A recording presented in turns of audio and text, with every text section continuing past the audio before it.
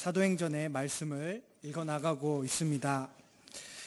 오늘은 사도행전 19장의 말씀인데요. 18장에서 처음으로 등장한 이 아볼로라고 하는 사람에 대해서 우리가 지난 주일에는 함께 나눴습니다.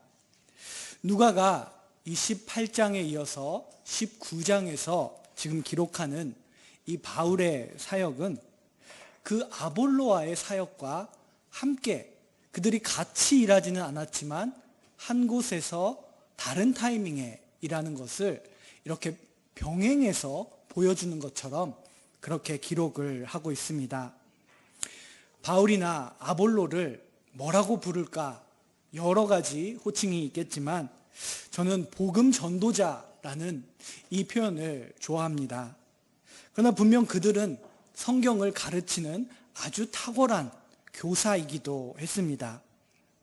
이 두 사람의 행보를 누가는 지금 함께 보여주고 있습니다. 바울이 있었던 고린도에 나중에 아볼로가 오게 되고, 아볼로가 있었던 에베소에 나중에 바울이 오게 되었다라는 것입니다. 우리 함께 지도를 보면서 또 말씀과 지도를 함께 보려고 하는데요.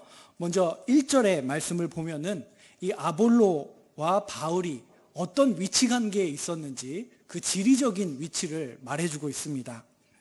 아볼로가 고린도에 있을 때에 바울은 에베소로 왔다라고 말합니다.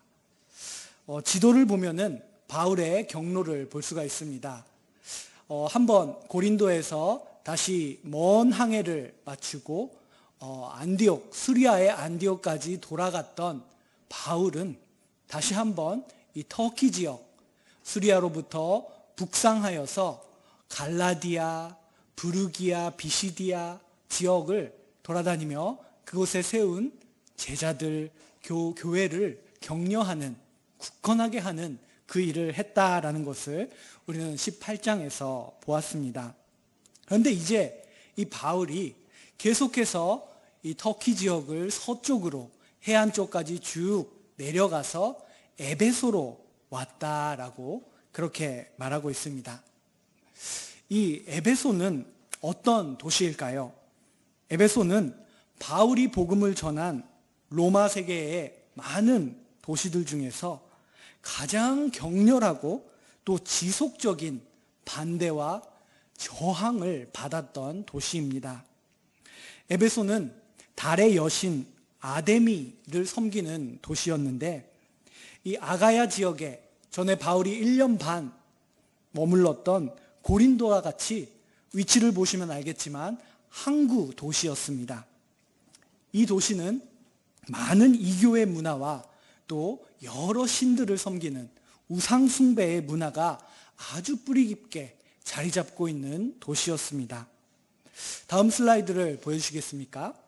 네, 이 상은 아데미 여신을 만들어 놓은 그런 신상입니다. 다음 슬라이드도 보여주시겠습니까? 이것도 또 다른 아데미 여신을 이렇게 만들어 놓은 상입니다.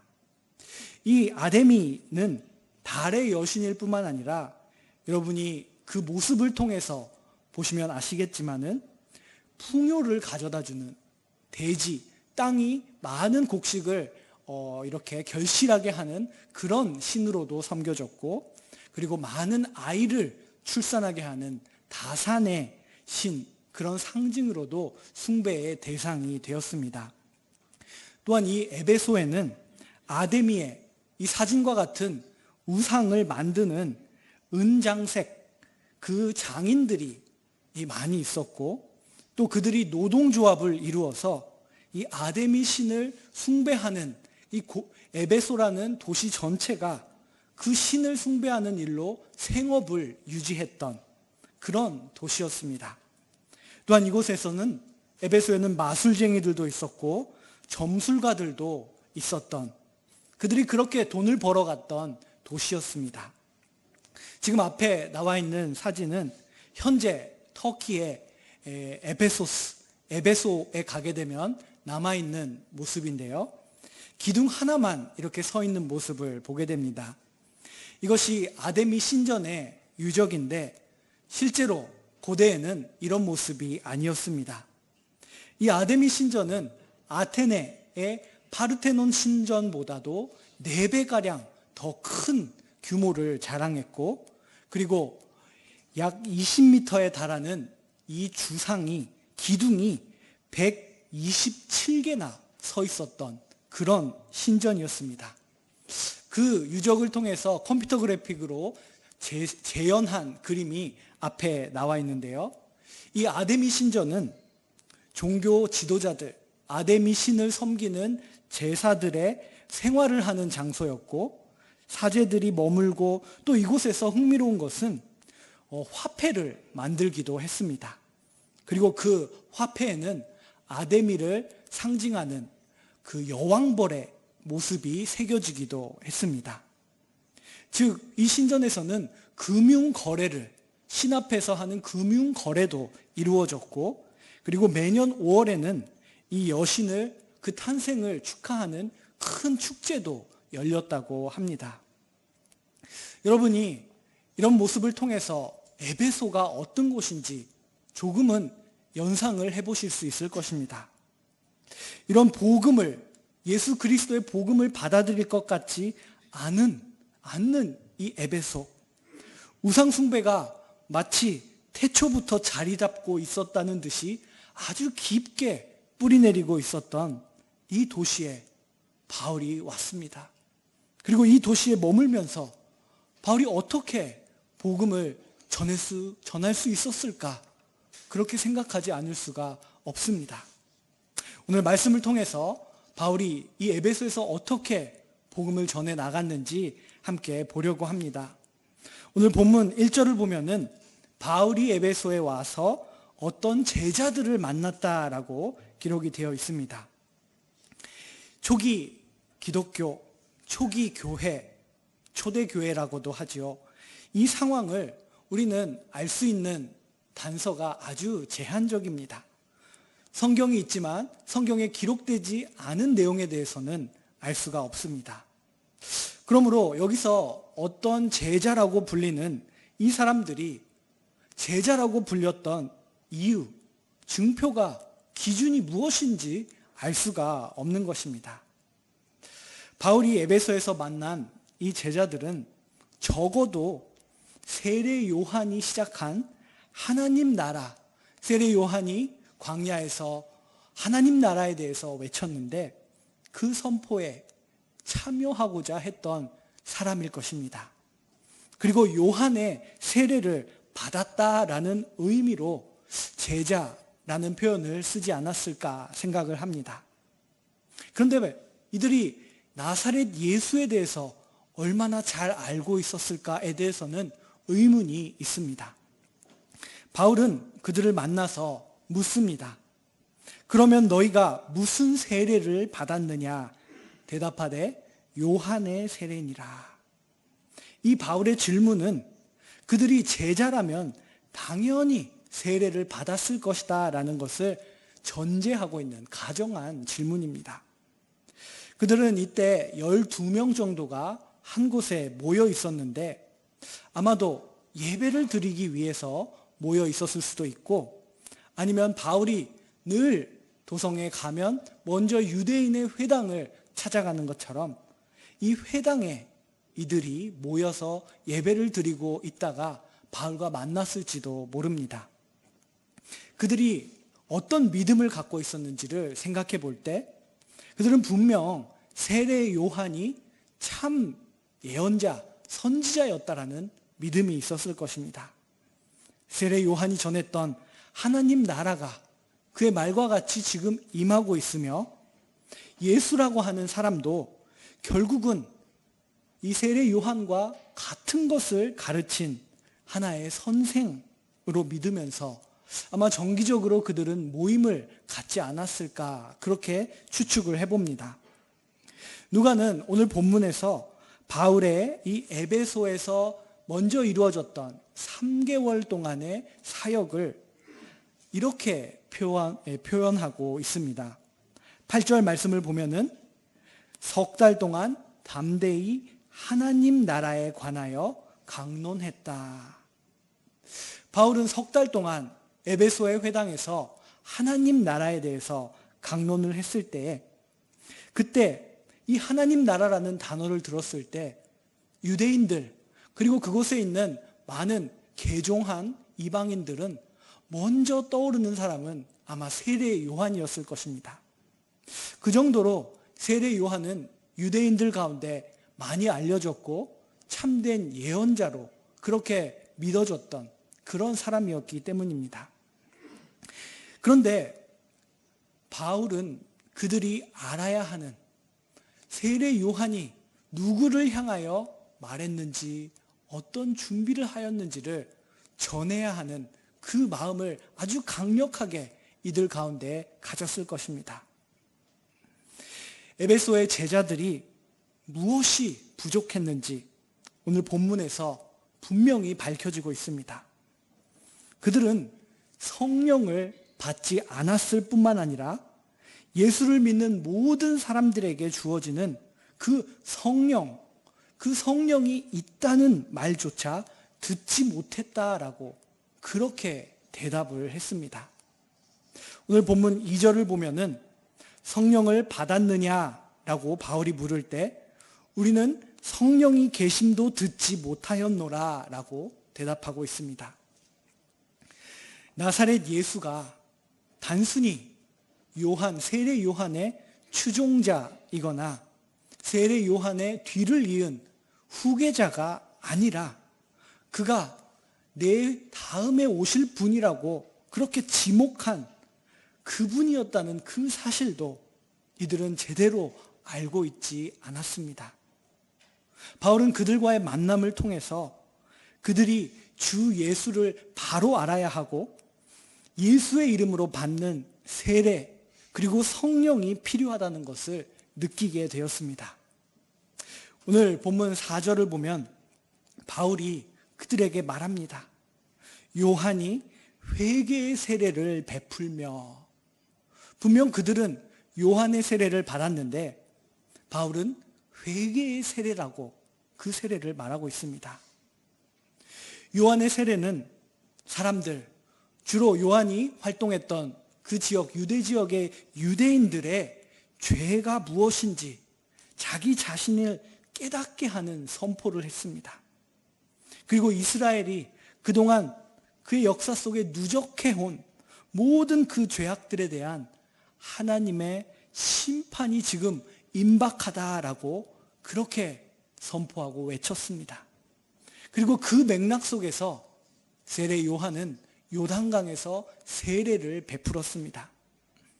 하지만 요한의 세례는 인간의 인격 그리고 인간의 삶을 총체적으로 전인적으로 갱신시키며 하나님의 나라, 하나님의 다스리심 속에 살아가게 하는 데에는 아직 한계가 있었습니다. 그렇게 되기 위해서는 예수 이름으로 받는 성령의 세례가 필요했는데, 그러나 이 요한의 세례는 그 예수 이름으로 받는 성령의 불의 세례에 비하면 아직 예비적인 준비 단계의 세례였다라는 것입니다. 바울은 에베소의 제자들과 만나서 그들을 성령의 불의 세례로 초대한 것입니다. 12라는 숫자를 누가는 말하고 있습니다.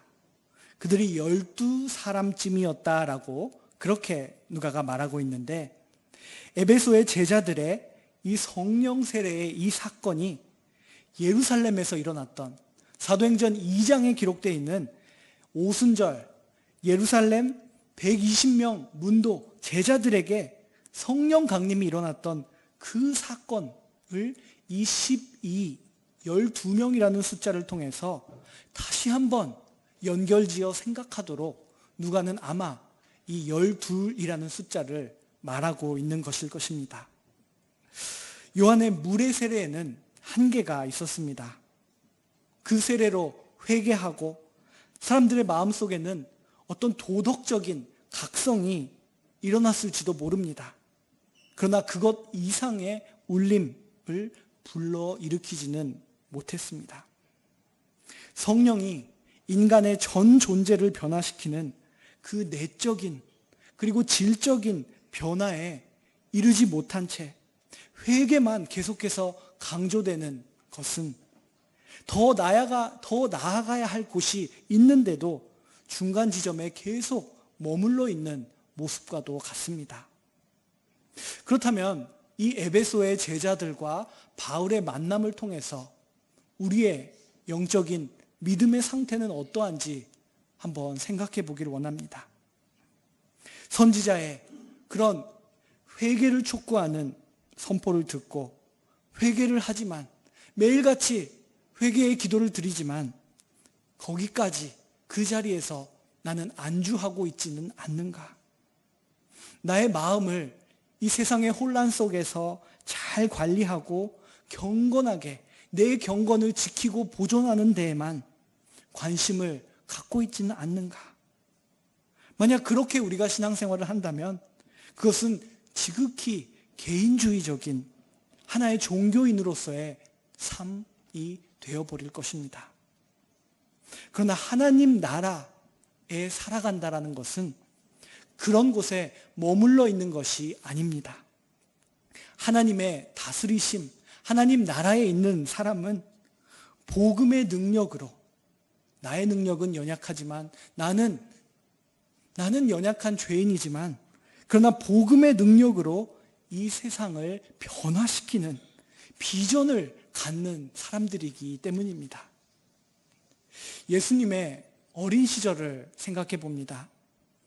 예수님의 어린 시절에 대해서는 누가가 전하는 복음서에 기록이 되어 있는데 예수님은 어렸을 때부터 하나님의 계시와 하나님의 말씀으로 채워져 나아가셨습니다. 그리고 예수님의 마음속에는 아마 비전이 생기기 시작했을 것입니다. 그 비전은 하나님의 뜻이라고도 표현할 수 있을 것입니다. 예수님의 어린 시절은 그렇게 하나님의 뜻, 비전을 품어 나아갔던 시간이었습니다. 그런데 그 예수님이 30세가 되었을 때 그 자리에 자신의 고향에서 집에서 머물러 계시는 것이 아니라 세상을 향해 나가셨습니다. 그 비전을 갖고 세상을 향하여 나갔기 때문에 예수님이 공생애를 사셨습니다. 바울은 그 예수에 대해서 전하고 있습니다. 4절을 보면은 바울은 그들에게 이렇게 말합니다. 요한이 내 뒤에 오시는 이를 믿으라 하였으니 이는 곧 예수라. 4절의 말씀, 이는 곧 예수라라는 것입니다. 이는 곧 예수라라는 이 말씀, 아주 짧은 말씀이지만 그러나 이 안에 예수 그리스도의 복음이 아마 함축되어 있을 것입니다. 예수 그리스도가 누구인지 정확하게 예수님은 무엇을 하셨는지 그들에게 전했을 것입니다.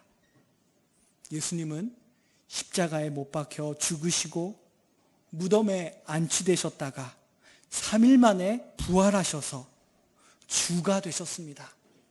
주 예수라고 할 때 그 주, 헬라어로 큐리오스가 되셨습니다. 그리고 메시아, 그리스도가 되셨습니다. 그리하여 예수님은 승천하셔서 성령을 파송하시고 예수님의 왕적인 다스리심, 하나님 나라의 시대, 새 시대가 도래하게 되었다.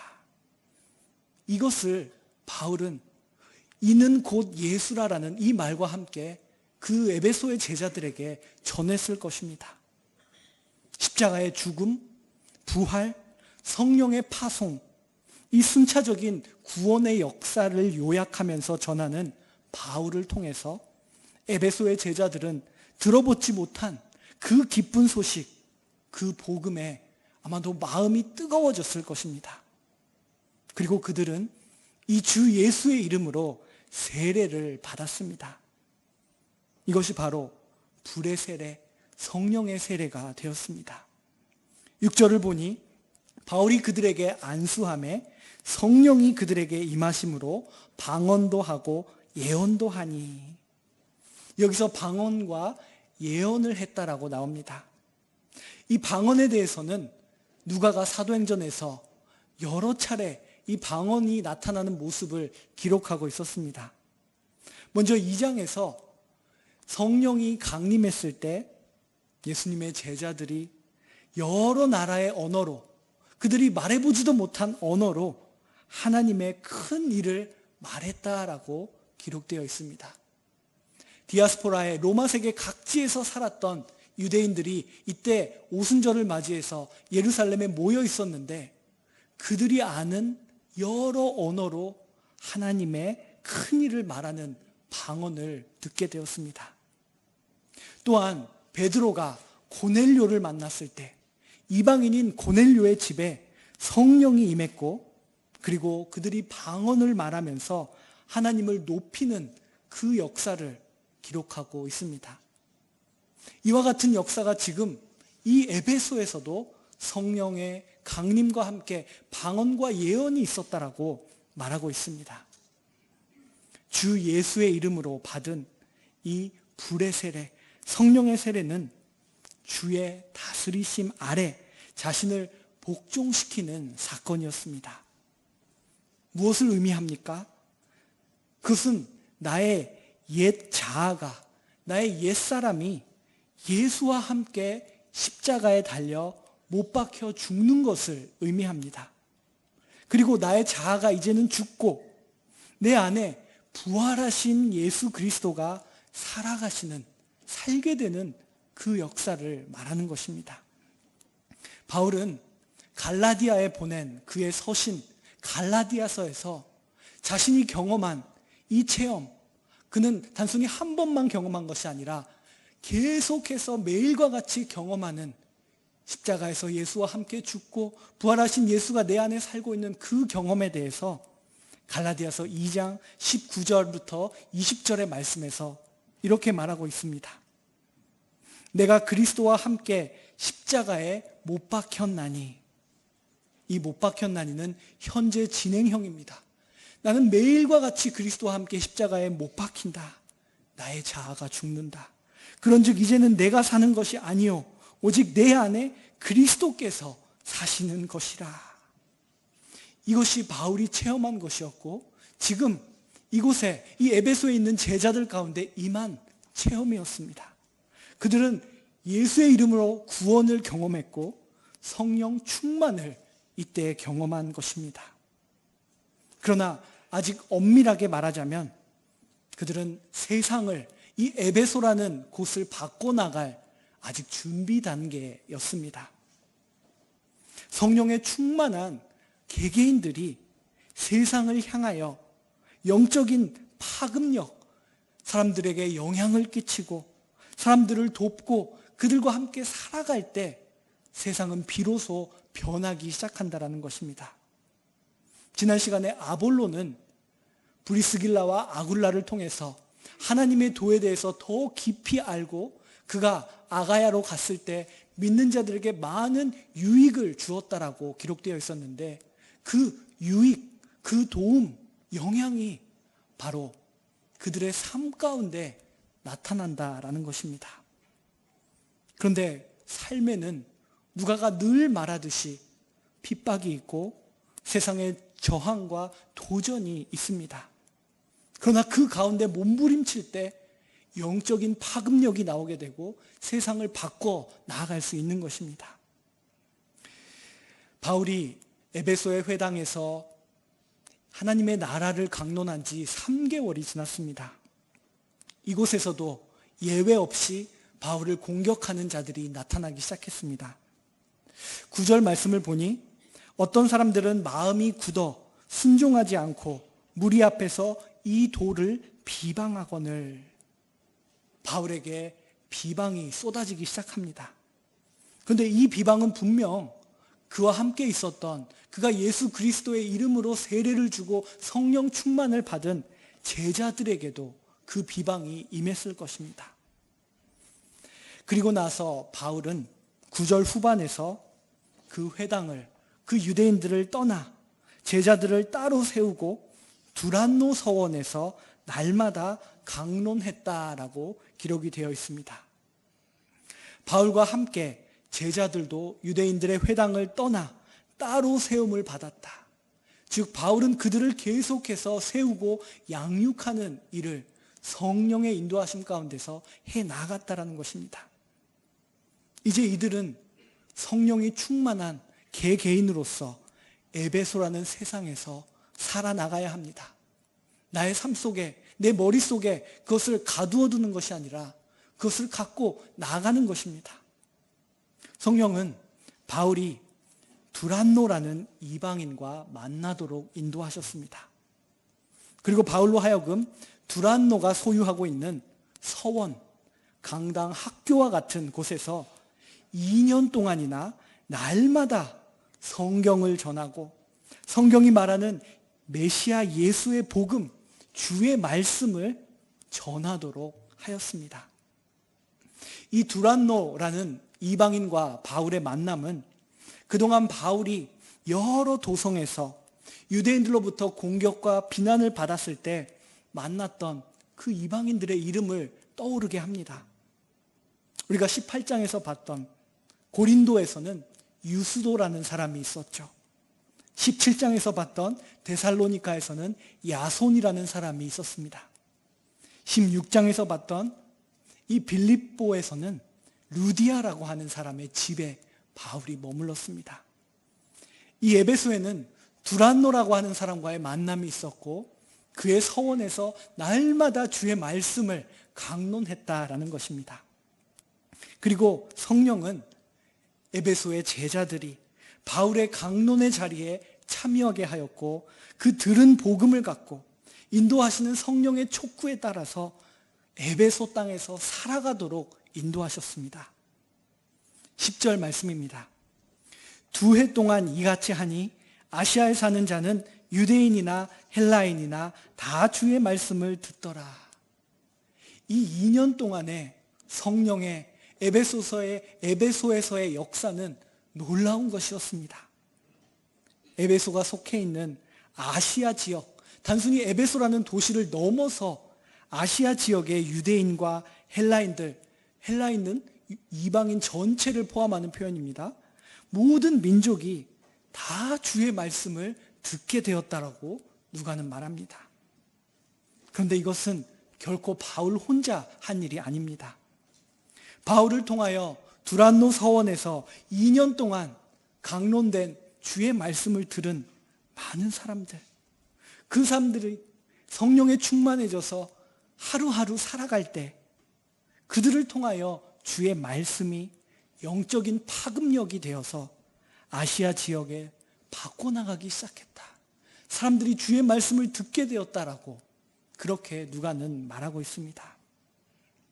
오늘 19장 1절부터 10절 이 짧은 이야기에서 누가는 주요적으로 에베소에서 바울이 어떤 일을 했는지를 소개하고 바울이 무엇보다 성령의 역사를 존중하고 중요하게 여기고 그것을 전했다라는 것을 말해주고 있습니다. 바울의 사역의 열쇠는 언제나 성령이었다라는 것을 다시 한번 보여줍니다. 에베소에서 이 성령의 역사를 체험한 바울은 우리가 다음 주에 아마도 보게 될 것인데요. 이어지는 21절에서는 바울이 에베소를 넘어 로마 세계의 이 수도인 로마를 내가 봐야겠다라는 마음까지도, 성령의 역사가 있을 때 이제 로마까지도 복음을 들고 갈 수 있다라는 마음까지 주게 됩니다. 바울은 갈라디아에 있는 각 교회에서는 하루나 이틀 머물었습니다. 빌립보에서는 며칠, 데살로니가에서는 몇 주, 베레아에서는 하루나 이틀, 그리고 아테네에서도 며칠만 머물렀습니다. 그런데 고린도에서는 1년 반을 머물렀습니다.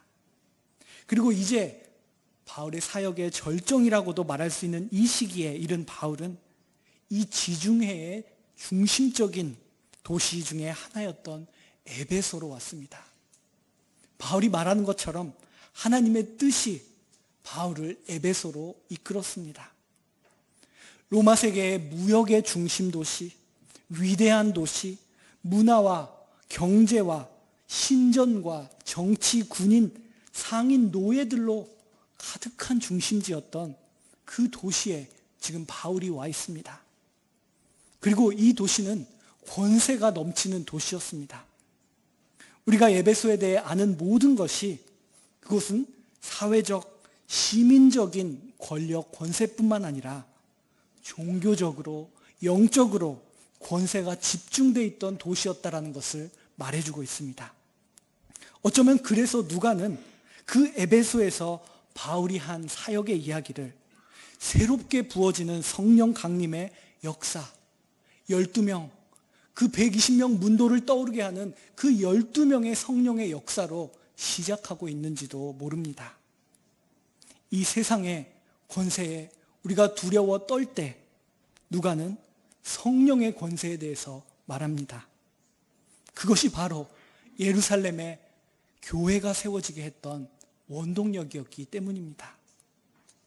바울의 에베소 사역은 복음을 통하여 일어나는 성령의 역사가 개인의 인격을 변화시키는 것은 물론이요, 한 도시 전체를 그 문화까지도 바꿔나갈 수 있다는 것을 말해주고 있습니다.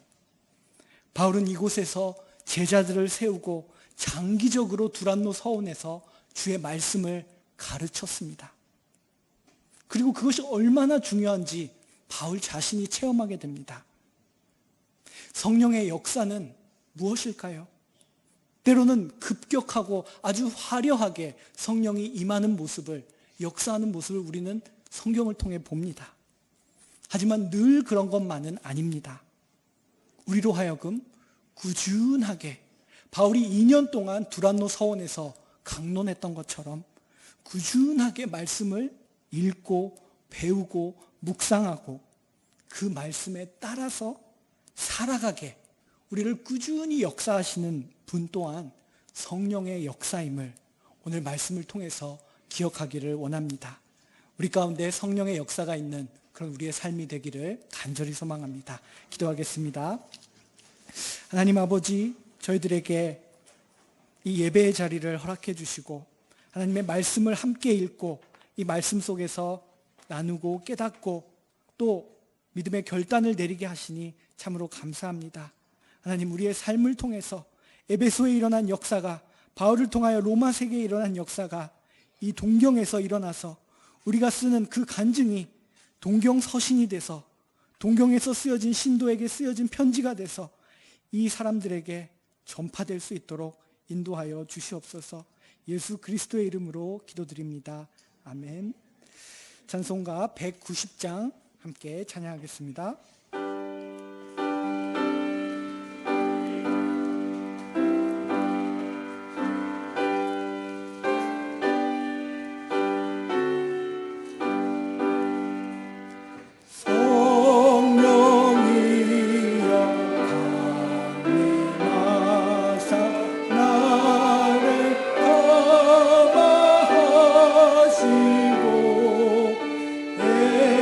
동하며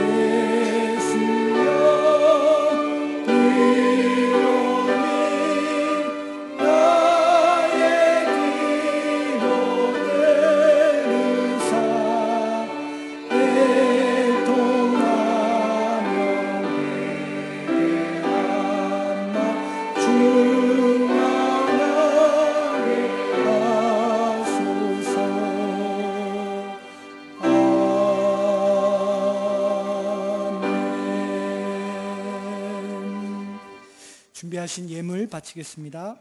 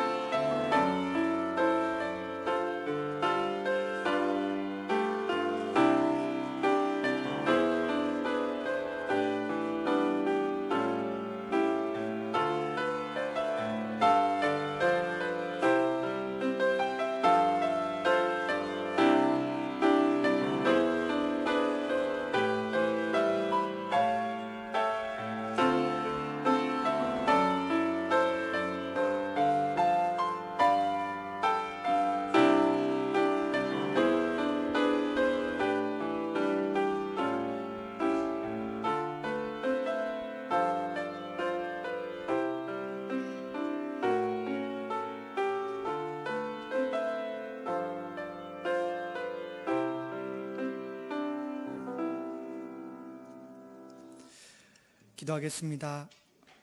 하나님, 저희가 이 예배에 임하면서 저희의 손을 들어서 이 예물을 구별하고 저희의 손으로 지금 이것을 주님께 올려드렸습니다.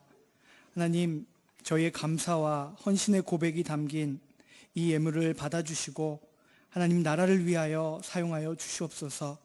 또한 이 예물 속에 담긴 저희의 마음이 나타날